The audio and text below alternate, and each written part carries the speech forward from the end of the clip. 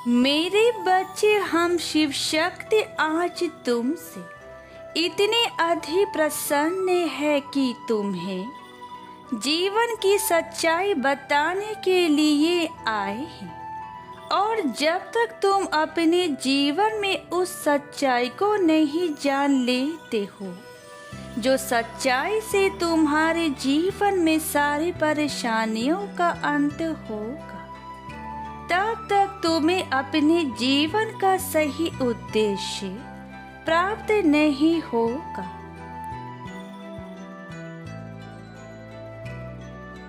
हमेशा याद रखना, जीवन की शुरुआत तुम्हारे लिए कल्याणकारी साबित होती है, परंतु यदि तुम अपने जीवन में दुखों को आने दोगे तो दुख तुम्हारे जीवन में केवल समय परेशानियां देंगी। और हम नहीं चाहते कि तुम्हें किसी प्रकार की परेशानी हो। मेरे बच्चे, परेशानियों का समाधान तभी तुम्हें मिल सकता है जब तक तुम परेशानियों से लड़ना ना सीख जाओ।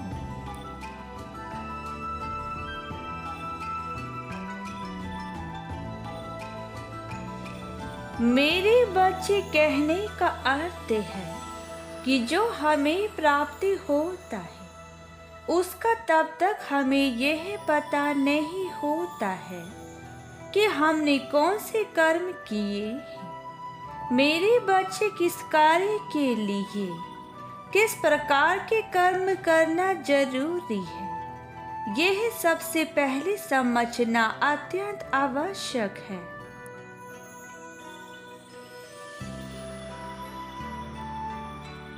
क्योंकि जब तक तुम यह समझोगे नहीं तो करोगे कैसे। जिस प्रकार एक विद्यार्थी पूरे विषय के बारे में बहुत अच्छे से समझाता है, फिर उसे समझकर पूर्ण ज्ञान दिलाता है, तभी वह अपने उन कर्मों के द्वारा जीवन में आगे बढ़ता है। इसलिए कर्म के बारे में जानना तुम्हारे लिए बहुत ही आवश्यक है।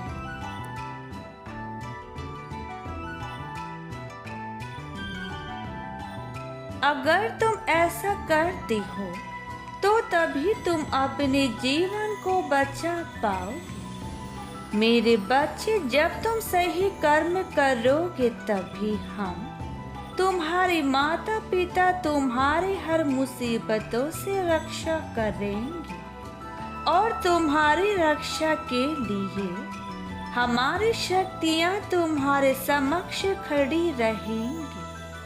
और यदि तुम्हारे साथ कोई कुछ गलत करेगा या फिर कोई भी तुम्हारे साथ अन्याय करेगा या तुम्हारा बुरा चाहेगा तो उसके साथ भी वही होगा जो वह तुम्हारे लिए सोच रहा है।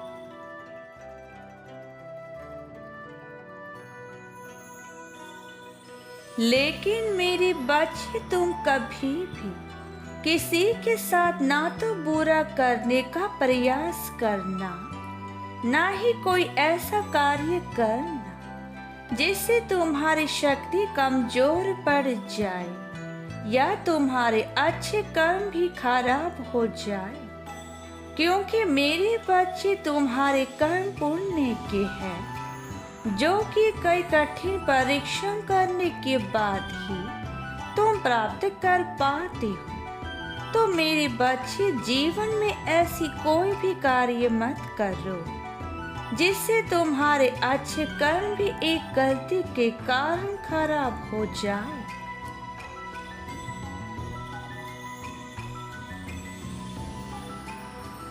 मेरे बच्चे, उस समय का इंतजार करना ही पड़ता है जिसका तुम इंतजार जल्द ही खत्म करना चाहते हो। परंतु मेरे बच्चे, जिस प्रकार एक पौधे को वृक्ष बनने में समय लगता है, उसी प्रकार तुम्हारे कर्मों को फल देने में समय लगता है। उससे पहले उसका समय पूर्ण नहीं होता। इसी प्रकार तुम्हारे लिए जो फल प्राप्त होना है,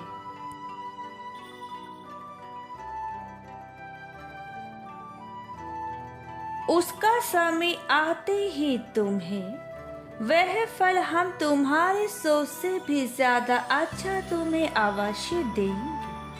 हम तुम्हें वचन देते हैं कि हम तुम्हें वह सब कुछ देंगे, लेकिन तुम्हें भी हमसे एक वादा करना होगा कि तुम अपने कर्मों की गति को थोड़ा तेज करोगे।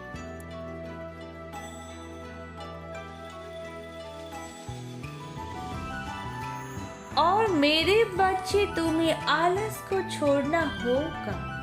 तुमको जिस प्रकार अपने घर वालों का ख्याल रहता है, उसी प्रकार हमारे ही परिवार के सदस्य तुम हो मेरे बच्चे, क्योंकि हमारे लिए हमारा पूरा परिवार, यह पूरा संसार ही है। संसार का प्रत्येक बच्चा हमारे लिए प्रिय है।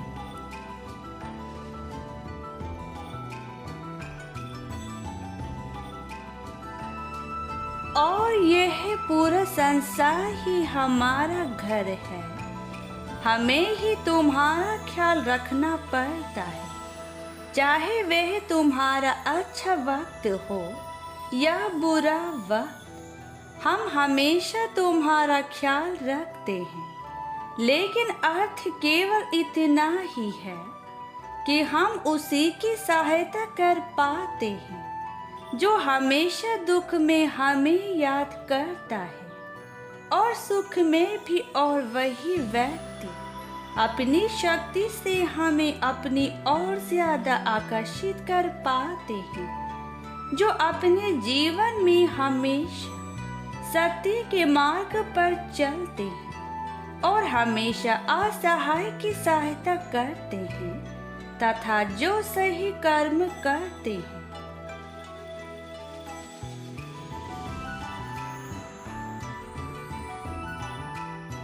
और परिस्थितियों के अनुकूल शांत रहता है। हमारे हर बच्चे को समझना हमारा धर्म है, और यदि तुम हमारे बताए हुए रास्ते पर चल और हमारी आज्ञा का पालन करोगे तो निश्चित ही तुम हर परेशानी से कोसों दूर रहोगे, क्योंकि हम स्वयं तुम्हें वह मार्ग बताएंगे जिससे तुम्हारे जीवन में एक नया परिवर्तन आए।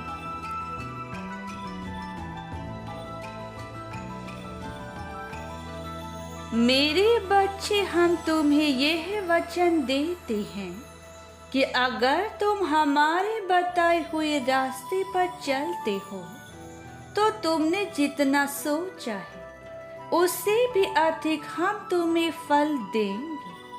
तुम्हें बस हम पर विश्वास बनाए रखना होगा। मेरे बच्चे, तुम्हारे आंसू हमारे लिए बहुत ही अनमोल है। इन्हें ऐसे लोगों पर व्यर्थ क्यों करते हो जो तुम पर हंसते हैं?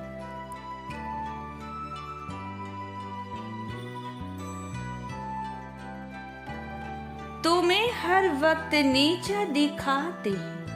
वह लोग तो केवल अपने मुख पर एक दिखावटी का मुखटा पहन रखा है। वह केवल अपना कार्य करने के लिए तुमसे रिश्ता निभाते हैं, क्योंकि उन्हें उस वक्त तुम्हारी सहायता की आवश्यकता होती है, जिस वक्त उन्हें कोई सहारा नहीं दे रहा होता है। ऐसे लोगों पर तुम अपनी कीमती भावना को क्यों व्यर्थ करते हो? ऐसे लोग केवल सुख के साथी होते हैं।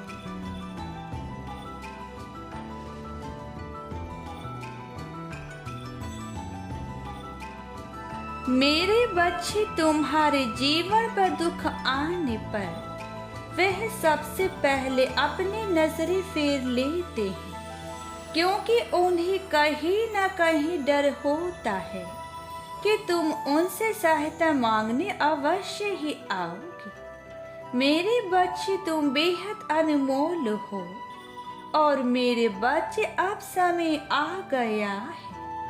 यहाँ तुम्हें अपना व्यक्तित्व प्रभावशाली बनाना है।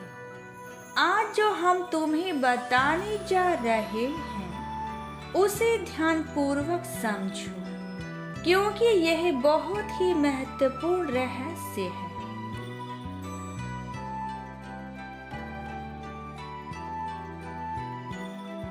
मेरे बच्चे, तुम्हें जीवन में मौन रहने की आवश्यकता है, क्योंकि मेरे बच्चे, मौन रहने से जीवन में संकल्प शक्ति में वृद्धि होती है। और यह एक ऐसी वाणी है जो मौन अवशेषों पर यंत्र रखता है। क्या तुम जानते हो मौन रहना तुम्हारे आंतरिक ऊर्जा में कितनी वृद्धि कर सकता है? बड़े से बड़े आध्यात्मिक गुरु संयम की बात क्यों कहते हैं?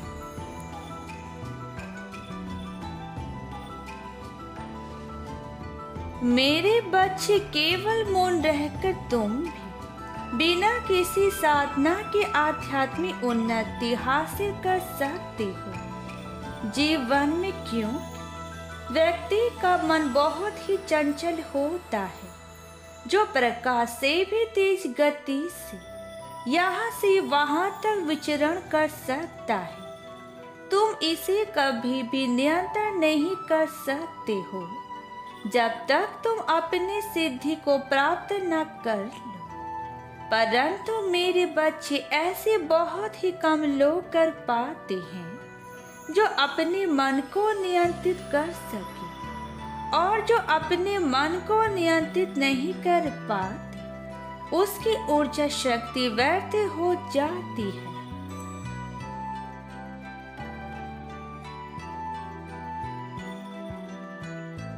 इसके बाद भी जो व्यक्ति निरंतर बोलता रहता है, तब उसके शब्द शक्ति से उनकी बची हुई शक्ति को छीन कर देते हैं। इसलिए मेरे बच्चे, जो लोग बिना किसी बात के व्यर्थ में बोलते रहते हैं, ऐसे अधिकांश लोग की वृद्धि क्षमता बहुत ही कम होती चली जाती है और वह अपने मन का नियंत्रण खो बैठते हैं।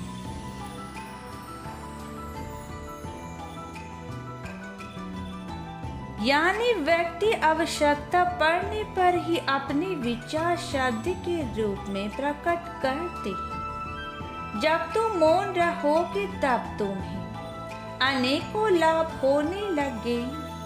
उच्चारण न करने से तुम्हारी ऊर्जा का प्रभाव बढ़ जाए। फिर जब तुम अपने मन को गहराइयों से देखोगे तो धीरे धीरे तुम्हारा चंचल मन एकाग्र होने लगेगा।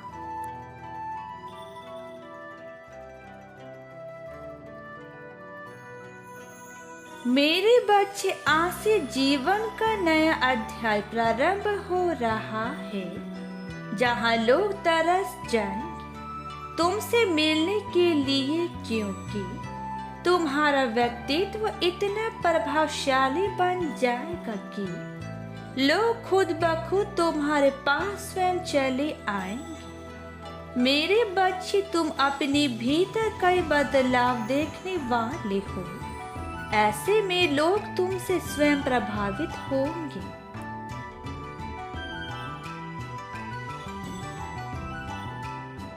और वह तुमसे कई प्रश्न भी करेंगे, किंतु मेरे बच्चे, तुम्हें मौन ही रहना है जब तक तुम उस निर्धारित शिखर को न छू लो, तब तक तुम्हें मौन रहना है।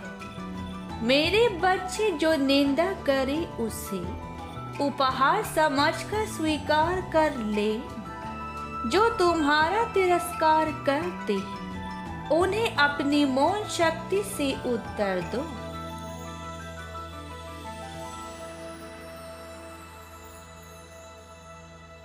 इस परिवर्तित काल में तुम जितना मौन रहोगे, उतना ही तुम्हारे लिए लाभकारी होगा। वक्त आने पर उन सभी को उपयुक्त उत्तर स्वयं मिलेगा, क्योंकि तुम जिस युग में रह रहे हो वहाँ लंबे समय तक मौन रहना कठिन है। किंतु मेरे बच्चे, प्रत्येक दिन तुम कुछ घंटे खुद को नियंत्रित कर मौन रहो।